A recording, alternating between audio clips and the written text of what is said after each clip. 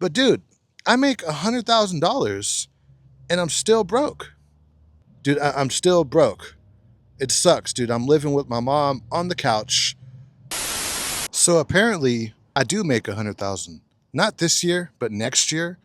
From January to December, I should be around 115 to 125, possibly $127,000 next year. Like how much money I make, how much I gross. This year, it'll be closer to 85 to 87,000 because I just started making this money around mid to late April is when I started running hard right here at my job.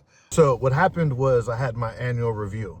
I'm coming up on a year, but they do the annual reviews like a month early, and my earning projections based off of like the work I've been doing is like 87, but I started like in mid to late April. So yeah, next year will be like, a six-figure salary, like over six figure, like over 100,000. I wasn't making money before just because the type of equipment I had. I didn't have a day cab, and because I had like a bigger truck and the length limits on my route, I was only able to do so many loads. So now I got this smaller truck, so I'm pretty much doing double the work, which means I'm making double the money. I went from making like what 50 something a year to, yeah, I mean it's late in the year, so it'll be 87. But next year, yeah, I pretty much make 100,000.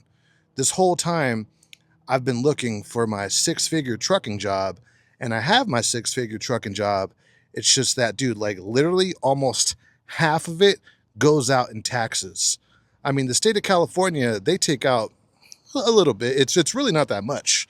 The federal government, that's who really takes out most of my money. So yeah, I'm making over 100,000, but I'm only seeing seriously like a little more than half of that. I'm seeing around like 55 to $57,000 is what is in my pocket, is what is in my bank account. Now, I've made 100,000 before, but it wasn't from trucking. I was making money outside of trucking while I was a truck driver. I had like two other income streams, plus YouTube, plus my job. And because of that, those were like 1099 gigs. So I still owe on some of that money. You know what I mean? So this is going to be the first time where I'm making $100,000 at a trucking job. So I don't know, maybe I'm going to get some of it. It would be nice to get some of it back. For those of you who do make 100,000 at a job where it's like a W-2 or you're a truck driver, let me know. Like if you're single with no kids and you live in California, I guess it's the IRS, so it's federal, so it doesn't matter what state you're in. How much of this money am I going to get back? Am I going to get back like a measly like $10,000? Am I going to get back the whole thing? I doubt it. They're not just going to give me all my money back. But dude, I make $100,000 and I'm still broke. Dude, I'm still broke. Like I'm left with like what, 12 or just short of $1,300. If I stay out an extra day and don't go home, I'll see 15. I might see 15 this week. I've been taking like 2.5 days off, and I've still been bringing in like just short of $1,100 with like almost 3 days off, like the reset plus an extra day. So it's like 2.5 days off. Um, but yeah, so I guess, yeah, I guess I'm making the money, which I guess is a relief.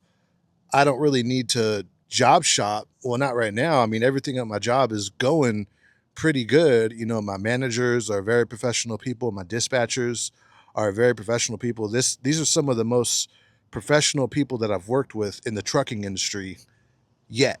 Like the people I work with are like tech people, like computer scientists and shit who can't get jobs or whatever. The job market's hard right now. So they're doing like dispatching, like they're DMs and stuff. Like I'm working with really professional people, compared to when I was at England. Not so much, night transportation, a step up.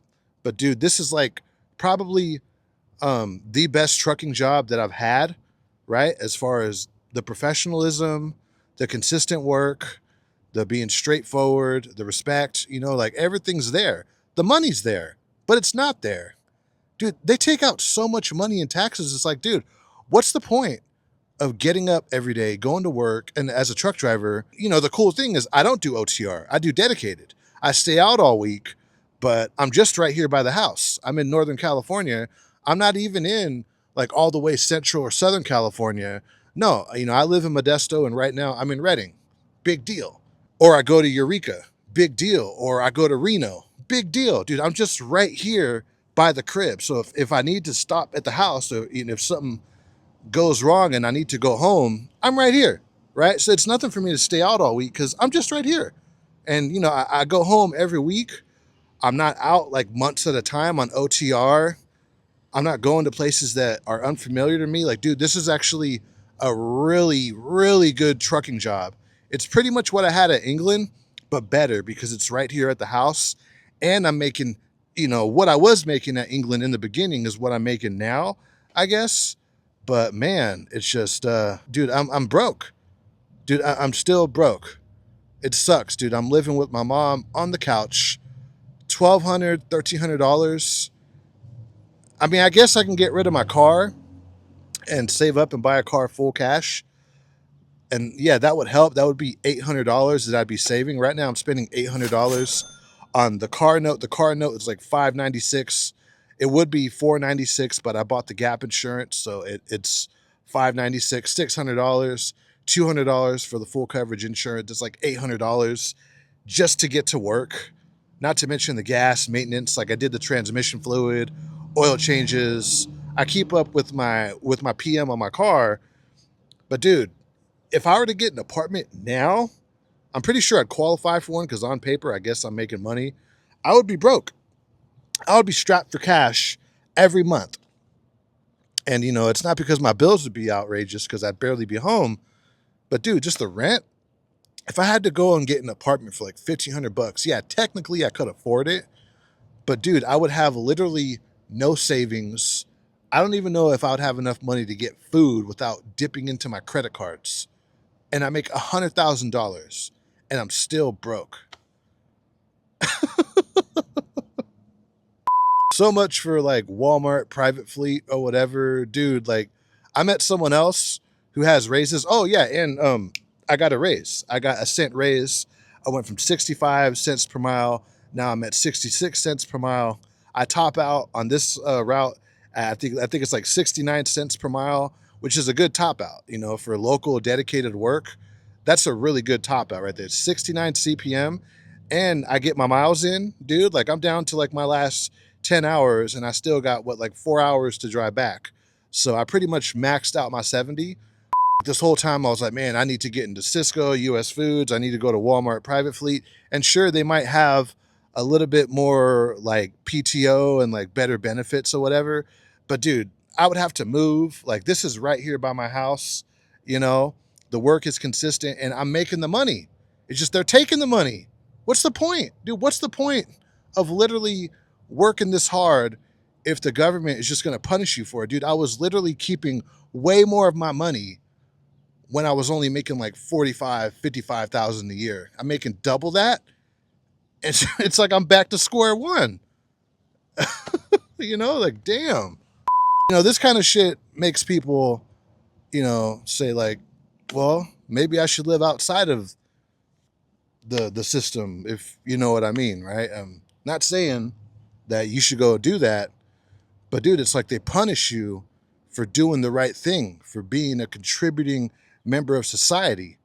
Especially like, dude, I'm a truck driver. Without us, there's nothing. Like everything you get comes off of a truck.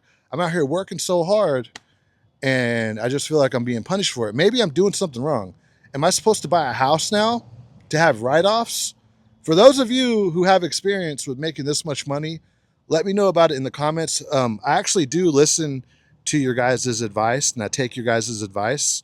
Even if you guys are like, I don't know, trolling or whatever, I do listen to the comments.